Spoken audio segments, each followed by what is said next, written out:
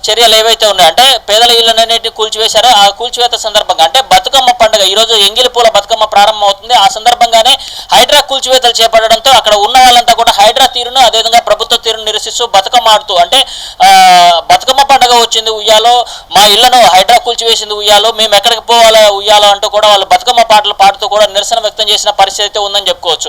మొత్తంగా చూసుకుంటే హైదరాబాద్లో హైడ్రా చర్యల పట్ల మరొకసారి విమర్శలు అయితే వ్యక్తం అవుతున్నాయి. ఎందుకంటే పేదల జోలికి నివాసం ఉంటున్న వాళ్ళ జోలికి పోము అన్నారు. కానీ ఈ రోజు మాత్రం ఉదయం నుంచి కూడా పెద్ద ఎత్తున అక్కడ ఉన్న వాళ్ళందరినీ బలవంతంగా బయటికి పంపించేసి అక్కడ సామాన్లన్నీ తీసుకోక ముందే కూల్చివేయడం మరొకసారి విమర్శలకు దారి తీసిందని చెప్పుకోవచ్చు.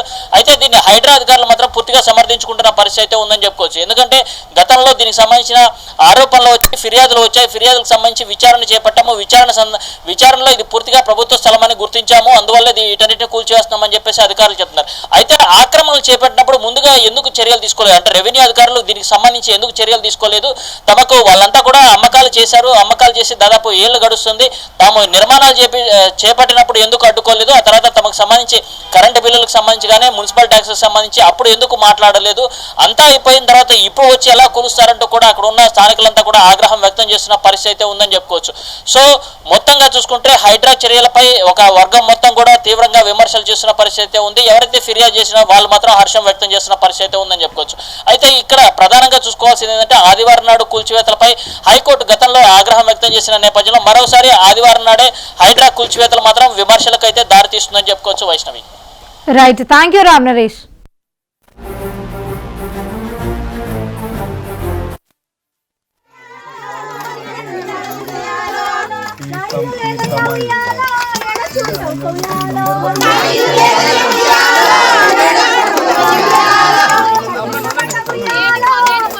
కుక్కులన్నీ వంపడుతున్నాయి సార్, దానికోసం అయితే లైట్ గిట్ట లేదు సార్. ఇల్లు కూడా కొట్టున్నారు చెప్పు.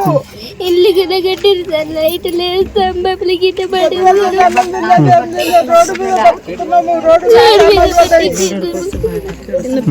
లేవు అసలుకి మీకు ఇప్పుడు కరెంట్ చదువుకోవడానికి ఇప్పుడు మరి ఎట్లా?